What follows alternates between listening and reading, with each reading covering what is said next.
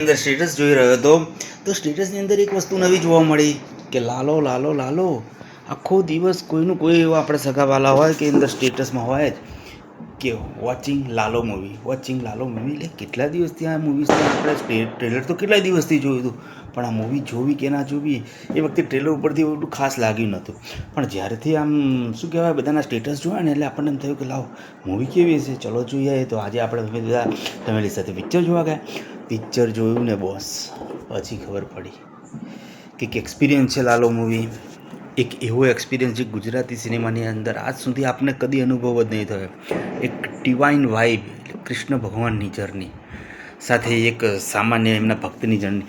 એટલી મજા આવી ને પિક્ચર જોઈને. અને પિક્ચર કેવું, એના 27મા દિવસે એકદમ હાઉસફુલ પિક્ચર. પાછું એવું નહીં કે એક બે જણા હોય થિયેટરની અંદર અને બધા ઠેક સુધી જ્યાં સુધી પિક્ચર શરૂઆત થાય અને જ્યારે પિક્ચર એન્ડ થાય ત્યાં સુધી પબ્લિક જેટલા પણ લોકો હશે થિયેટરની અંદર એમના એમ બેઠા હતા.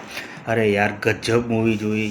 આ એક પિક્ચર ના કહેવાય અને એક મૂવી ના કહેવાય. એક ખરેખરમાં એક એવો અનુભવ છે કે ખરેખર જીવનની અંદર આ એક અનુભવ લેવો જોઈએ. એકદમ આપણને એવું જ લાગશે કે તમે મૂવી જોવા જશો ને તો તમને 100% એવું લાગશે કે તમે ભગવદ્ ગીતાને સાંભળી રહ્યા છો. કૃષ્ણ ભગવાન ખુદ તમને સંભળાઈ રહ્યા છે. જો આવી મૂવી 500 રૂપિયાની ટિકિટ હોય તો પણ છોડતા નહીં. અવશ્ય ફેમિલી સાથે આ મૂવી જોજો. ઘણી બધી હિન્દી સાઉથની મૂવીઝ આવે છે. સાઉથની મૂવીઝને લોકો એમ કહેતા હોય કે માસ્ટરપીસ છે. એવું નથી કે ગુજરાતી મૂવી સારી નથી હોતી. આ એક એવી મૂવી છે ને કે તમે ખરેખર જ્યારથી પિક્ચર જોવાનું ચાલુ કરશો જે સમયથી તમે પિક્ચર મૂવીની સાથે એકદમ કનેક્ટ થઈ જશો. એવા જાણે એ સ્ટોરી તમારી ખુદની સ્ટોરી હોય. અને જ્યારે કૃષ્ણ ભગવાનની એટલે કે એન્ટ્રી થાય ને એ તમારી સાથે હોય ને એનો અનુભવ થશે. હવે આ મૂવી લગભગ આજથી 25-26 દિવસ પહેલાં પડી તો લગભગ એ લોકોએ બહુ ધ્યાન આપ્યું નહોતું એ મૂવી પાછળ. પછી આ એક કહેવાય ને કે માઉથ પબ્લિસિટી, જે લોકો જોઈને આવે પિક્ચર સારું લાગે તો એકબીજાને કહેતા. આ પિક્ચર માઉથ પબ્લિસિટીથી એના 24-23મા દિવસથી ચાલવા માંડ્યું. પિક્ચર તો ઘણા દિવસ પહેલાં હતું, ચાલવા માંડ્યું. લોકોને ખબર પડી કે આવું બી મૂવી બન્યું છે ગુજરાતીમાં. કારણ કે જો પહેલા દિવસની એની કમાણી હતી ને ખાલી 3 લાખ, બીજા દિવસે 3-4 લાખ, 7 લાખ, 4 લાખ. તો સૌથી વધારે કલેક્શન છે ને એનું આવ્યું 23મા દિવસે. કેટલું ખબર? 1 કરોડ રૂપિયા. 1 કરોડથી ચાલુ થયું. 24મા દિવસે 1 કરોડ ને 85 લાખ. 25મા દિવસે 1 કરોડ 75 લાખ.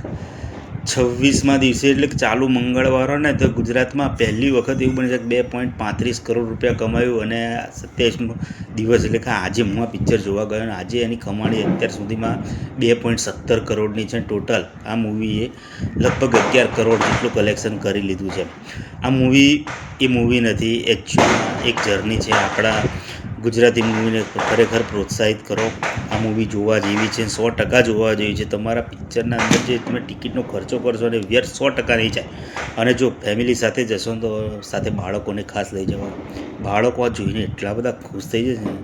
કૃષ્ણ ભગવાનની અંદર જેમની વિશ્વાસ છે ને વધશે. અને આમે સાચું છે, કૃષ્ણ સદા સહાય તે. કૃષ્ણ ભગવાન હંમેશા તમારી સહાય કરે છે. એટલે કૃષ્ણ ભગવાન એકલા નહીં, બધા જ ભગવાન તમારી સહાય કરે છે. મનનો તમારો વિશ્વાસ એવો હોવો જોઈએ, ઈશ્વર ઉપર તમારો વિશ્વાસ. આ મૂવીની એક જાન છે, હૃદય છે આ મૂવીનું. ખરેખર આ મૂવી જોવા જેવી છે. અને મૂવીની અંદર જે ગીતો છે, અરે રે ગીતોની તો વાત જ શું કરવી. મ્યુઝિક, બેકગ્રાઉન્ડ મ્યુઝિક નંબર 1, કલાકારોની એક્ટિંગ જોરદાર. કૃષ્ણ ભગવાનનો જે રોલ છે, જે લાલાનો રોલ કરે છે બંને, અને એક એક્ટ્રેસ છે, એ બધા જ કેરેક્ટરનો પોતપોતાનો રોલ એકદમ સુંદરતાથી એકદમ આપણને એમ નેચરલ જ લાગશે. અને મૂવીના મ્યુઝિકની વાત કરું ને તે અંદર કૃષ્ણ ભગવાનનું થીમ સોંગ છે ને એટલું જ જોરદાર ને કે અંદર જો કાનોમાં તમે સાંભળતા હશો ને તો કાનની અંદર કેટલો આનંદ આવશે ને. ખરેખર બેસ્ટ મૂવી છે લાલો મૂવી. ગુજરાતની સૌથી બેસ્ટ મૂવી છે આજ સુધીની, એવું સમજી લો અને ચાલો. Thank you very much.